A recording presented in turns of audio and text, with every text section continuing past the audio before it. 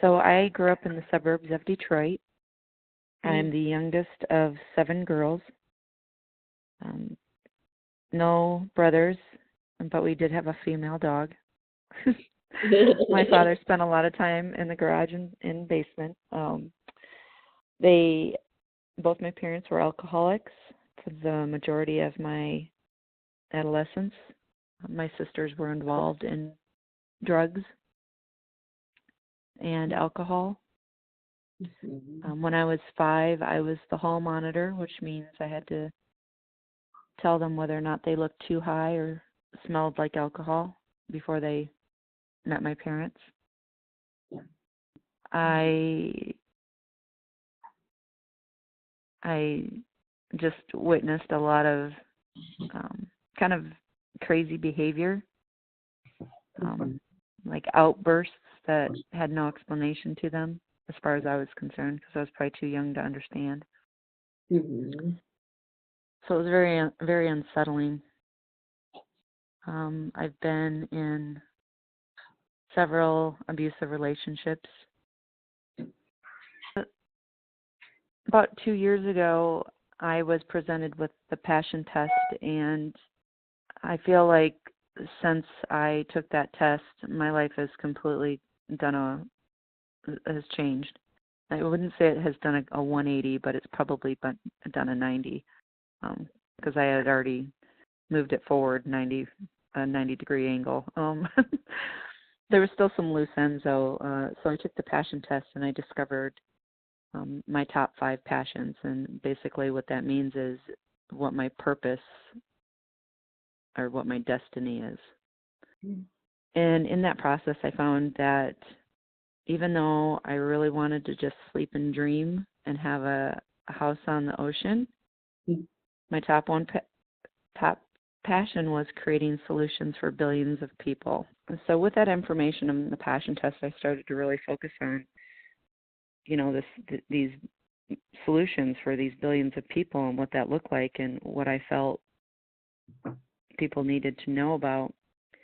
And a friend of mine, we happened to be talking about Robin Williams and the fact that he had committed suicide, and it triggered her to say that people that committed suicide were selfish.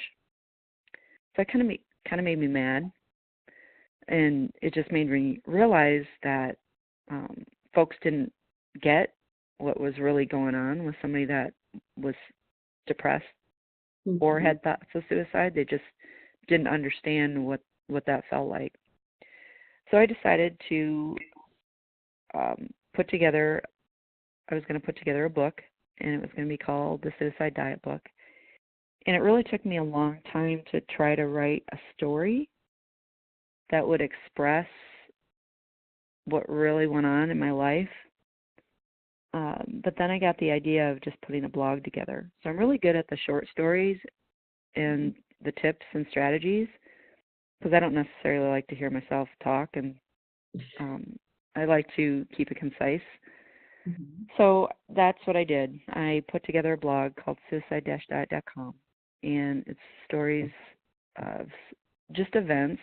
It could be like everyday events that might knock you on your butt and make you sad.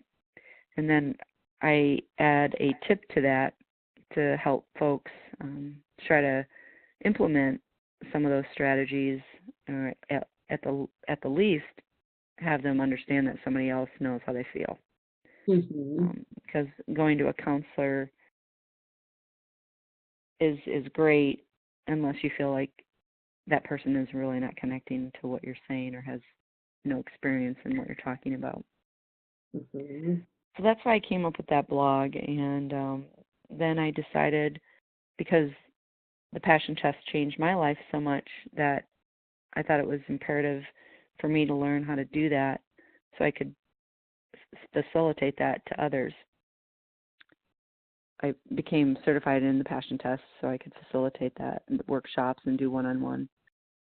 And since I've done that, I've had lots of stories of people who have really been excited about what their top 5 is, and that they feel like they're able to focus more on what it is that is important to them and not waste their time.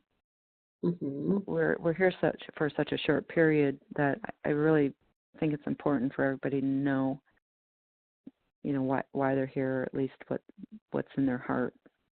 Mm-hmm. You also talk about coaching. You do one-on-one coaching with people too. So is that kind of like a next step if you work with somebody in the passion test and they need more guidance working through some stuff? Or explain to me the coaching that you do. Sure. So, it's great that everybody goes to a workshop, but I've been to so many workshops too that sometimes you just take that card and you put it away and you never look at it again. And you don't really do what the workshop intended for you to do. So what I do is I act as an accountability partner, try to figure out how you are spending your time, and are you going after your passions, so you can fulfill your heart. And then if there's something that's in the way, like some type of limiting belief, I work with folks on that as well. Sometimes people have messages of, I can't do it, or I'm not worthy of that, or I don't have the money to do what I really am passionate about. So I work with folks to kind of clear that out. Mm-hmm. Cool. One more thing with the passion test, because I think it's such a cool process. I signed up to be a master trainer. So basically what that means is I get to teach other people how to be a certified passion facilitator. And so I will be going to Italy in August for 9 days for my training and to learn how to do that. And so I get to spend my time with some folks from other countries. I think I'm the only other American that will be there other than the person that wrote the book. Wow. Very cool. And you also are able to speak to different groups, right? Sure. I took my blog on the road. That's what I There did. you go. So, yes, I had the opportunity to speak at a retreat, which I shared a little bit about how I got into the passion test. And then I also was presented a discussion on depression and suicide at a Smart Talk in Cedar Falls at the Hilton, and shared a little bit of my story for about 20 minutes. You've just came across a new product that actually, really does relate with some of the things that you've gone through in your life. And could you tell us some more about this? Right.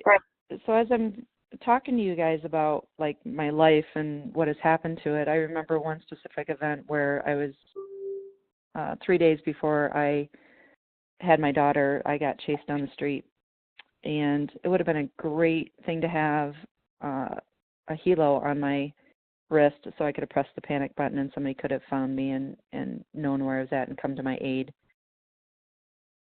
So something like this can not only just help people like realtors or if you're running the trails, but it can help potentially women that are being abused as well. It just looks like a Fitbit. Nobody knows any different unless you tell them. And that's pretty exciting. Yeah, what is it? Tell me the name of it and what it all does.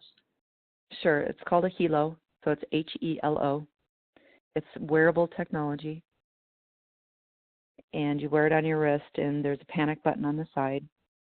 And so if you find yourself in a situation where you feel threatened, you can push that button twice, and it sends a text message or an email out to up to 3 people that you designate on your it's an app on your phone.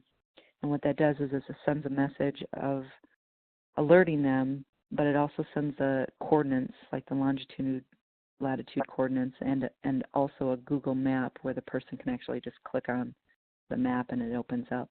And another reason that I think it's pretty cool is I have a tendency to hold my breath and get lightheaded.